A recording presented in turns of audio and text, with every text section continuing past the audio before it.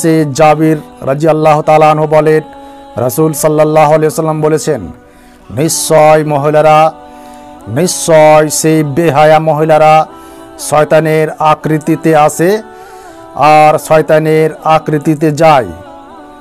হাদিসটি আবার বলছি, জাবির রাদিয়াল্লাহু তাআলা আনহু বলেন, রাসূল সাল্লাল্লাহু আলাইহি ওয়াসাল্লাম বলেছেন, নিশ্চয় মহিলারা শয়তানের আকৃতিতে আসে আর শয়তানের আকৃতিতে যায়। যদি কোনো নারীকে তোমাদের কাউকে ভালো লাগে এবং সে অন্তরে গেঁথে যায়, তাহলে সে যেন তার স্ত্রীর নিকট চলে যায় এবং তার সাথে মিলনে লিপ্ত হয়। নিশ্চয় এই মিলন অন্তরের কুবাসনা দূর করে দিবে।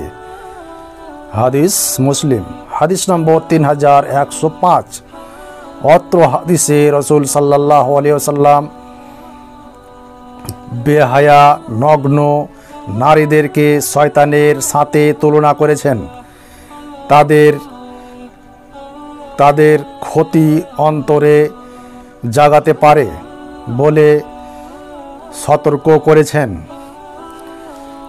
তারপর হাদিস, আবু মাসউদ রাদিয়াল্লাহু তাআলা আনহু বলেন, রাসূল সাল্লাল্লাহু আলাইহি ওয়াসাল্লাম বলেছেন, নারী হচ্ছে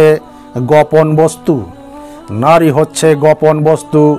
যখন সে বাড়ি থেকে বের হয় তখন শয়তান তাকে নগ্নর প্রতি উদ্দীপ্ত করে তোলে। হাদিস তিরমিজি। হাদিস নম্বর 3109। অত্র হাদিসে রাসূল সাল্লাল্লাহু আলাইহি ওয়াসাল্লাম বলেন, পর্দাবিহীন অবস্থায় বের হলে শয়তান তাকে পাপের প্রতি উৎসাহ দিতে থাকে।